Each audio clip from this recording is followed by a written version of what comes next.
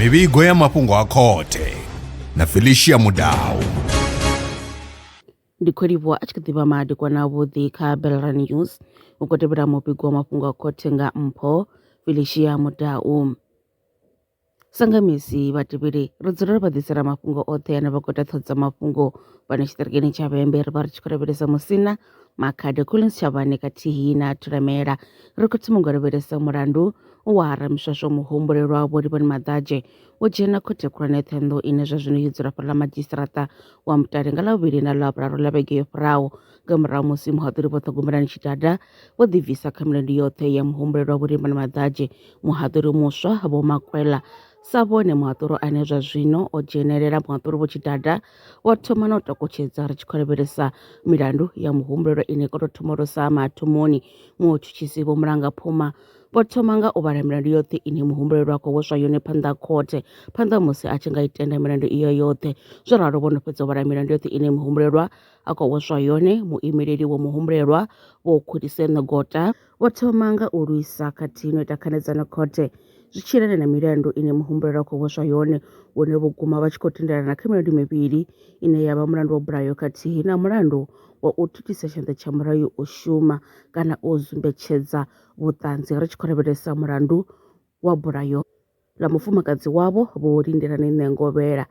Zwo ralo mulandu vho mbo ḓi thoma u dzhena nga Ḽavhuraru hune ho fhedzisela u tshi khou vhidzwa ṱhanzi ya thoma ya muvhuso ine ya vha Sergeant Vho Ṋamulaḽate vhane vho vha vho thoma u swika he tshiwo tsha itea hone. Afho ndi hone vha tshi khou vhudziswa nga maanḓa uri vha tshi swika vha wana tshitumbu tsho vha tshi dzula nga nḓilaḓe. U bva puloni vho no fhedza ndi hune vho sumbedza zwori nga ḽa 10 ḽa Ṱhangule 2026 ndi hune vha ḓo isa phanḓa na u vhidza ṱhanzi ya vhuvhili ya muvhuso u pfa zwori zwavhuḓivhuḓi ho itea mini. Ri tshi khou lavhelesa honoyo mulandu ndi mulandu une u fukuselwa phanḓa u ya kha ḽa 10 ḽa Ṱhangule 2026 muhumbulelwa tshi kha ḓi vha nnḓa nga beli. Zwinzhi kha ri pfhe musi hu tshi khou vhelwa milandu ine zwa zwino muhumbulelwa a khou vhoswa yone khothe. Wa bulayo hoyo khou fuwa itea nga ḓuvha ḽa dzi ndi wa bulayo u ya nga tshiṱengwa tsha mulayo tshine tsha vha section 51 subsection 1 ine ya vhaliwa na Criminal Law Amendment Act 105 of 1997.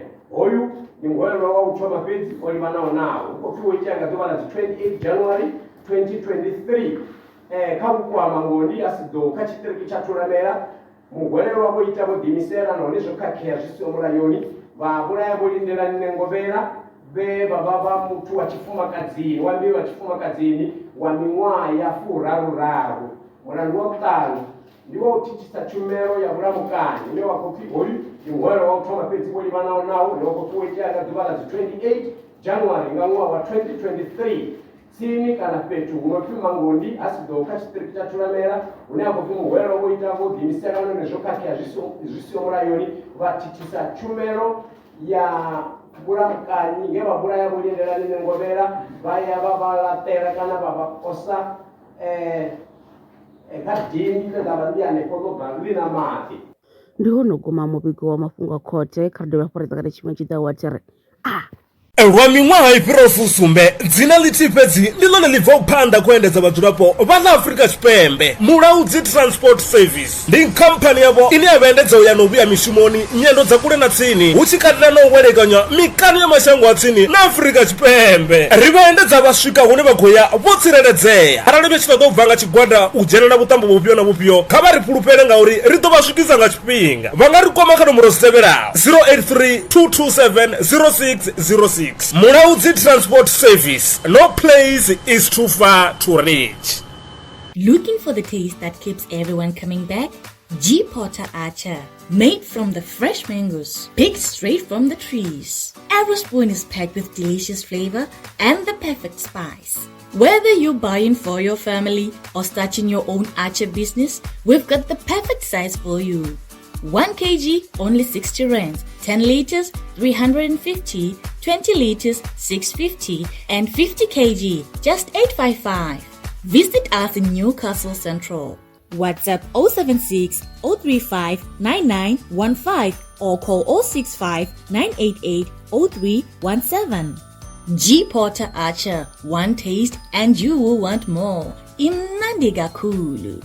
zvino ri tshi khou amba vanga vha sa ḓivhi uri masheleni a u tandulula thaidzo ine vha vha nayo vha ṱo a wana gai vha songo tsha ṱwa vha tshi renga nga ṱhoho lini Belren Brands i hanefha tsini na vhone ri ḓo vha thusa u bva ka 500 u swika ka 4000 randa riṋe ri khou ṱoḓa tshiḽipi tsha muholo khophi ya basa 3 months bank statement na proof of residence u bvapo tshelede i khou ṋamba ya dzheniswa nga murahu ha zwiminetse nyana kha vha rumele whatsapp zwino 072 019 5843 Belren Brands ndi vha hadzimiswa masheleni vho ḓiṅwaliselaho. Are you a survivalist entrepreneur in the Vemba district? Belren Brands is here to back your hustle.